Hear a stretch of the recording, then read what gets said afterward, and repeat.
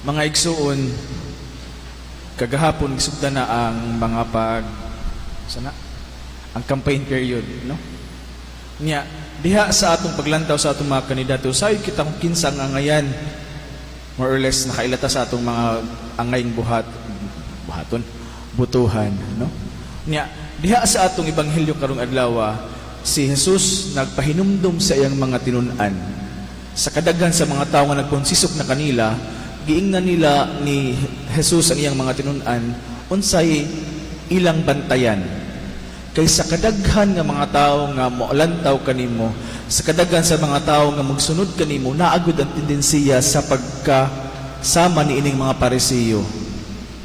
Na ang tendensiya nga imong puy-an ang tanan gi-expect sa mga tawo kanimo, to the extent nga ikaw mahimong magmakaron ingnon. To the extent nga muhimo ka nga aron ma-please ang tanan. No.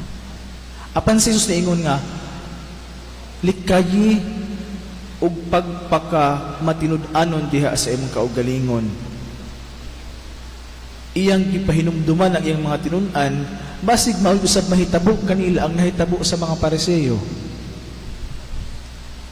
Apan diha sa atong kaugalingon mga igsuon, side kita nga naay mga at some level na ato mga tigpakaron ingnon nga mga paghitabo sa atong kinabuhi. For example, kung ikaw usa ka leader, kung ikaw usa ka lideres nga imo dapat kanunay ipakita nga ikaw lig-on, bisan pa man ikaw giluyan na.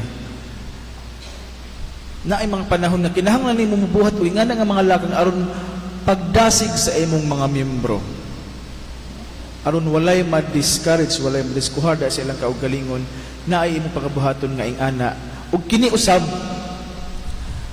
maoy makapa sustain ka nato isip tao nga naaputay mga defenses, no? Apan ingon si Jesus nga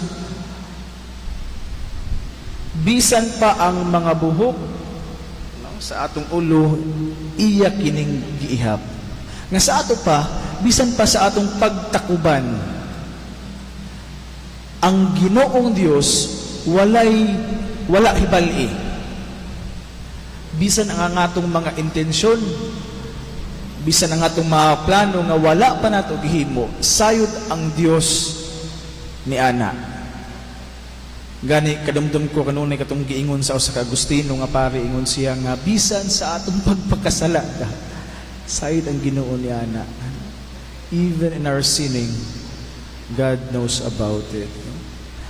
Ug nganong magmatinud-anon man kita kung ang Ginoong Dios sayod sa tanan bisan unsa nga atong gihimo ug atong plano nga himuon, no? Actually dili man ni para sa iya ang atong pagpakamatinud-anon diya sa atong kaugalingon, dili man para sa atong Ginoong Dios, kay sayod naman siya ni ana. Actually para ni sa atong kaugalingon ug sa atong mga isig katao, aron kita nga magpuyo diha sa kamatuoran, kita magpuyo ug malinawon. Lisod kaayo ang kinabuhi nga magtakuban. Ang challenge mga igsoon diha sa atong mga pag-ampo ug diha sa atong personal nga espiritual nga kinabuhi, unta diha atubangan sa Dios nga Dios nga kabalok unsa ang atong gigahimo ug atong plano nga himuon, ang Dios nga wala hibali, kita sa itong kaugalingon magmatinud-anon diha atubangan kaniya. Kaya usay mahadlok kita basig unsay may tabo sa ako,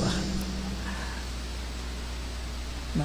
Apan ang Ginoong Dios diha pa sa atong unang pagbasa, diha naghisgot kini sa diha sa pagtuo kaniya nga sama ni Abraham, nga diha sa atong pagtuo sa atong Ginoong Dios, mutuong ta kita sa Dios nga kanunay maluluyon ug mahigugmaon.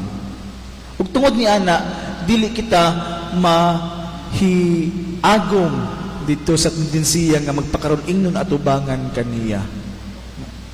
Sayod kita nga ang atong Ginoong Dios kanunay maluluyon ug mahigugmaon ug ang atong pagtuo kaniya magdasig kanato sa pagpuyo diha sa kamatuoran, sa pagpuyo sa kamatuoran sa atong kaugalingon nga ing-ani kita ug tungod ni ana makapuyo kita sa usa ka kinabuhi nga malinawon ug matinud-anon, of course malipayon, diba? Mga igsoon diha sa pagpadayon ng Santos nga Misa unta mahimo kitang tinuod na itong mga at some level na ito kaugalingon nga pagtakuban alang sa kaayuhan sa itong kaugalingon ug alang sa kaayuhan sa uban. Apan ang pagpaningkamot nato diha sa pagpuyo sa kamatuoran may atong paningkamutan usab aron nga diha sa atubangan sa Dios mahimo kitang masaligon diha kaniya og magmalipayon sa kaugalingon nga kinabuhi kay siya sayod man gihapon sa tanan nga kakahitabo diha sa atong kasing-kasing o sa atong unahuna. Amen. Mga igsoon,